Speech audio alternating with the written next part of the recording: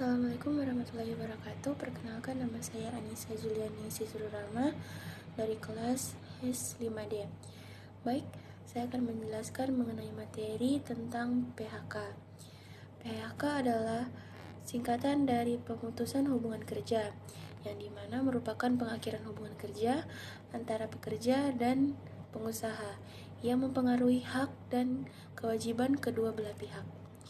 Dalam Undang-Undang Nomor 13 Tahun 2003, PHK dijelaskan sebagai suatu hal yang mengakhiri hak dan kewajiban antara pekerja dan pengusaha. Sementara Undang-Undang Nomor 2 Tahun 2004 tentang penyelesaian perselisihan hubungan industrial mengatur proses penyelesaian perselisihan yang timbul akibat ketidakcocokan pendapat mengenai PHK.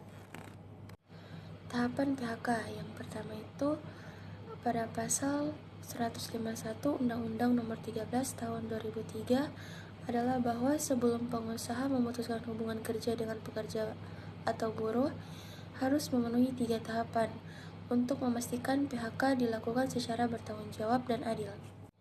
Yang pertama itu pengusaha, pekerja, serikat pekerja, dan pemerintah harus berusaha memaksimalkan untuk mencegah terjadinya PHK. Yang kedua, jika PHK tidak dapat dihindari, maka pengusaha wajib merundingkan keputusan tersebut dengan serikat pekerja. Yang ketiga, apabila perundingan gagal mencapai kesepakatan, maka pengusaha hanya dapat melaksanakan PHK setelah mendapat penetapan dari Lembaga Penyelesaian Perselisihan Hubungan Industrial. Lalu berikut ada penetapan PHK oleh Lembaga Penyelesaian Hubungan Industrial.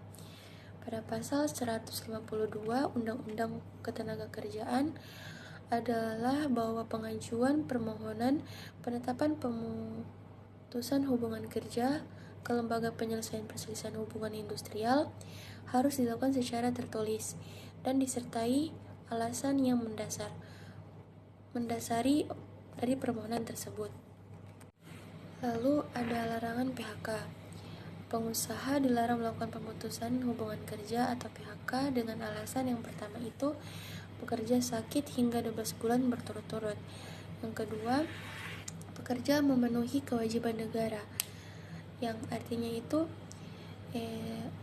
pengusaha tidak memiliki hak memecat atau mem-PHK seorang karyawan jika dia sedang memenuhi tugas negara atau kewajiban negara. Lalu yang ketiga ada pekerja menjalankan ibadah agama. Jadi pengusaha tidak berhak memecat pekerja jika beliau sedang melaksanakan kegiatan ibadah. Lalu pekerja menikah. Lalu ada pekerja perempuan hamil, melahirkan, keguguran atau menyusui. Jadi pengusaha tidak berhak sama sekali untuk memecat buruh atau karyawan perempuan yang sedang hamil, melahirkan, dan cuti menyusui. Terus ada pekerja berkerabat atau menikah dengan pekerja lain di perusahaan kecuali diatur dalam perjanjian kerja. Lalu pekerja mendirikan atau aktif di sekitar pekerja. Pekerja melaporkan tindak pidana pengusaha. Lalu perbedaan paham, agama, politik, suku, warna kulit, gender, atau status. Yang terakhir, pekerja cacat, tetap atau sakit akibat kerja dengan waktu pemulihan tidak pasti. Sekian penjelasan saya mengenai PHK. Lebih yang kurangnya saya mohon maaf. Belajar hidayah. Wassalamualaikum warahmatullahi wabarakatuh.